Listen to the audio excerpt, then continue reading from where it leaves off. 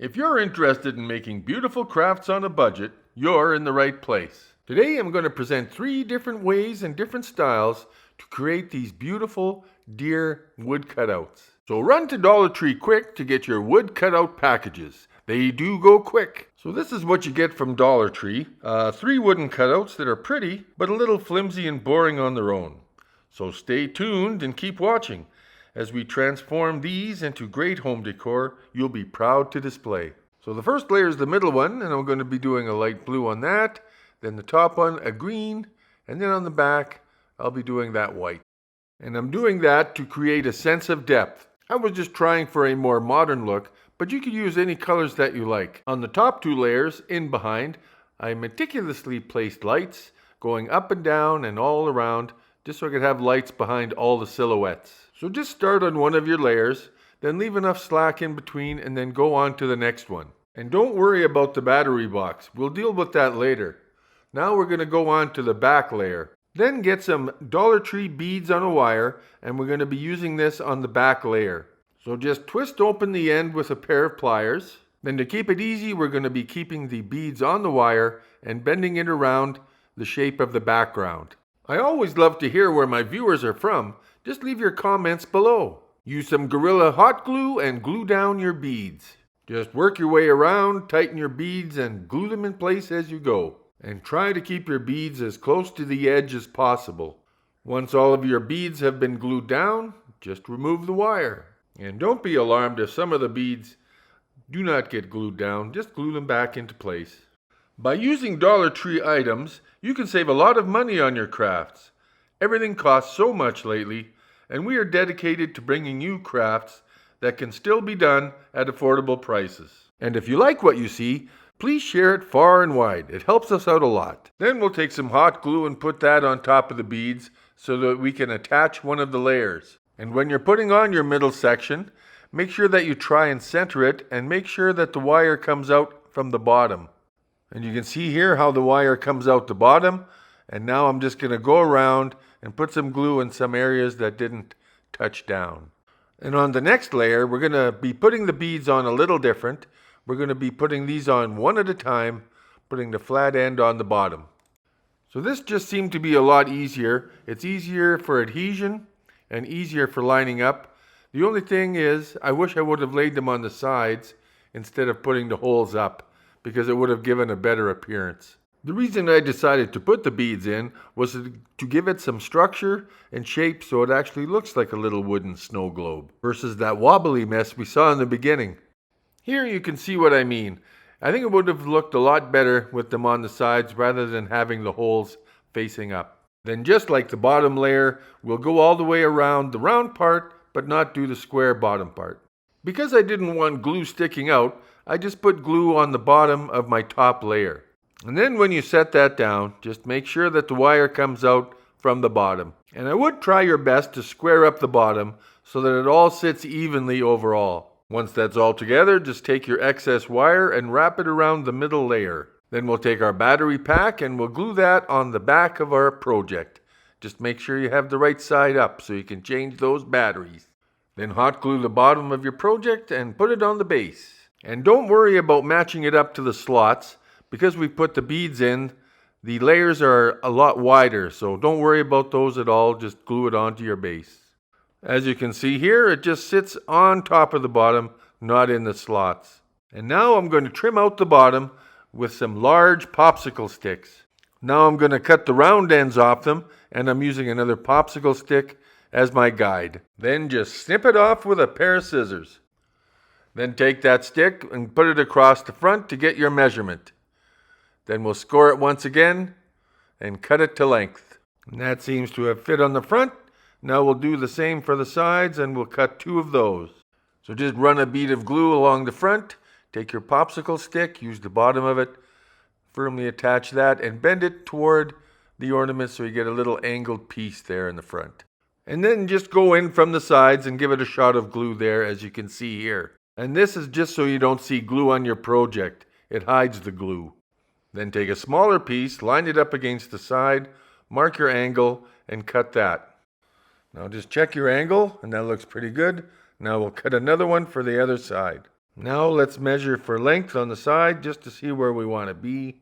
Take that measurement, score it, and cut it with a pair of scissors. Just check your length, make sure it's good, then do the same for the other side. Then we just have to glue both sides on. Just make sure that all your bottom edges line up so you can stand it up. Now we'll do the back. Just square up your edges like this. Then run your bead of glue on the back. Put on your piece for a nice clean finish.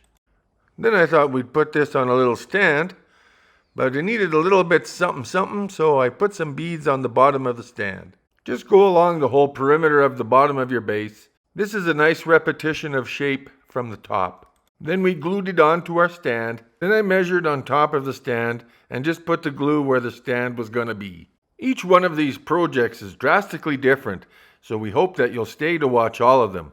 The next one will be a winter scene, and then following that, we'll be doing a glow almost like a fire in the forest kind of look. It'll look really sharp. We saved the best for last for our grand finale.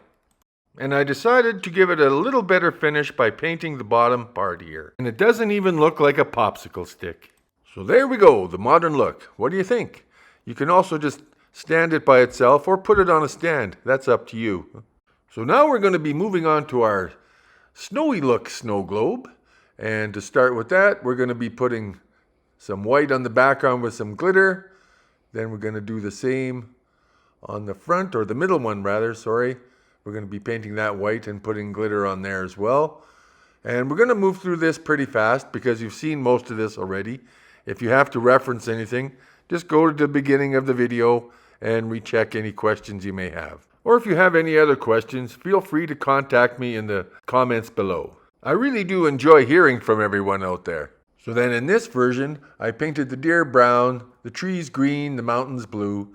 I just wanted to give it a more natural look, but keep it simple. I think that the shape of this is supposed to make it look like a snow globe, and that's why I added the glitter and the white paint. Then once my base colors are dry, I'll take some white paint and some sparkle and put that to highlight snow on the trees and on the branches. Now I'm going to be doing the top or the front layer next, and I'm going to paint that a little more realistically than the other layers. So our front layer is going to be a lot more realistic. I've already done the deer, but you can just put like a base color on of green, put some lighter colors on, blend it in with your fingers. Don't be afraid of that, just to give it a little more realism and a little more depth. And don't worry about having any artistic talent. Just using two colors, a dark and a light, and blending them together will make you look like a pro. Then when you're doing your tree trunk, you can just bring some darker browns up into the green, just to make it look like some branches, and take some green and put in some grass. Now we're going to add some winter magic. We're going to paint some white on the highlights of the trees, and then we're going to sprinkle it with some glitter to give it that really nice winter wonderland kind of look. By adding the glitter, you get a lot more impact with your look. So I hope you keep watching because my grand finale is coming up. So just paint all around the perimeter with white and some glitter once again. So now we're going to be using a little different building process by using some popsicle sticks. You'll want to paint the tips on one side and then flip it over and paint the tips on the other side. And while we're waiting for those popsicle sticks to dry, we're going to be gluing in our lights, almost very similar to our last project. So you'll use about half of your lights on the one side, then leave enough slack in between and glue the rest of the lights from the same string on the other side. Now you can see here how you put in the lights and leave some slack in between. And then here's my battery pack. And this time we'll only be using 4 beads. We'll put 2 on the bottom and 2 on the far corners of the top. And we'll be doing that on both sides of our layers where the lights are. Now we'll put some glue on top of our beads. Then we'll take our middle layer and we'll center that on our back. When I did the back layer, I didn't put a lot of glitter around the outside edge so I could get better adhesion. Then we'll do the same thing with the next layer, making sure that our wire is at the bottom. And do your best to square up the bottom so that it sits evenly. Just look how pretty that looks already. Now we'll just have to frame it up. Now you're going to take those popsicle sticks you painted and measure them to see how long you want them to be. And those popsicle sticks should be about 1 3/4 to 2 inches long. And just line it up with the back to see how much your overhang is. If you're happy with the length of that, just use that as your template to cut the tips off of the other sticks. And there will be 12. Cut all of your popsicle sticks and then we'll move on to our next step. Then only put glue on the back 2 layers because we don't want glue showing through on the front. Once your first one is on, just make sure that the backs line up and put on your second one, pushing them sort of together.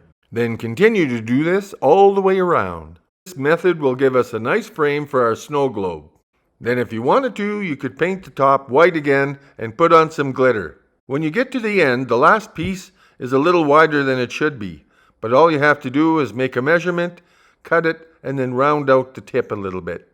Just check it for size, then glue it in place. And here comes the paint and snow I was talking about earlier. Because you will be seeing the back of this project, I painted the back white as well. Then just take any excess wires that you have and tuck them all inside, then glue on the base. Once again, just hit the high spots because it will not fit in the slots anyway. Set on the base and press firmly.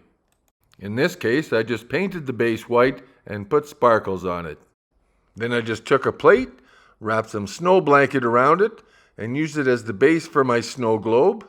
Then I just set it on top of my base, and I did leave the battery pack open this time. Then I thrifted this giant globe or aquarium and put that over top. Now you could add more stuff inside like brush trees or little animals and such, but we decided to keep it simple. And if you can't find a giant globe, it looks just as good either way. And now for our grand finale, the autumn glow. Now this one's going to go really fast, so hang on to your hats. So then we're going to paint our front layer brown, our middle layer orange, and our background yellow. For our base, I'm going to take this terracotta drip tray and I'm going to paint it brown. And I have another one here that's square, and I'm going to paint that brown as well. Next, I'll take a small terracotta pot and paint that brown. Then I have to paint 2 craft sticks brown for the base.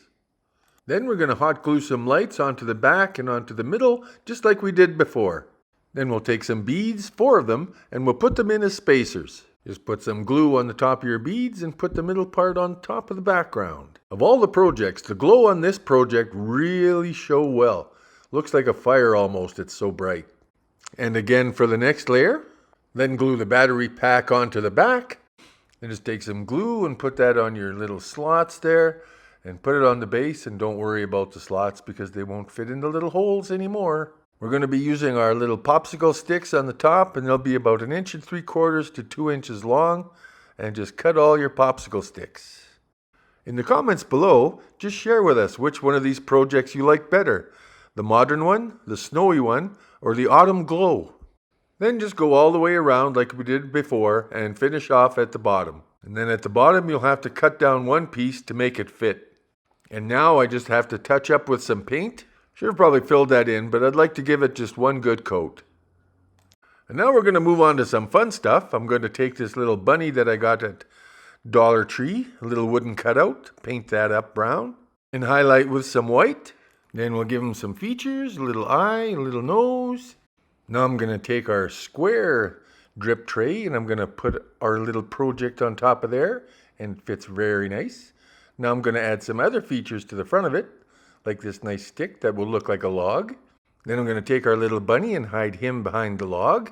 And then we're going to take some Dollar Tree moss and put that around. Now I'm going to cut up some leaves from our garden with a nice craft scissor here and make a bunch of little leaves. So I just cut some strips one way, then went back over the other way to cut them up nice and small. Now I'm going to add our realistic looking leaves with a bit of white glue. And just spread your glue around and put in some moss and some leaves.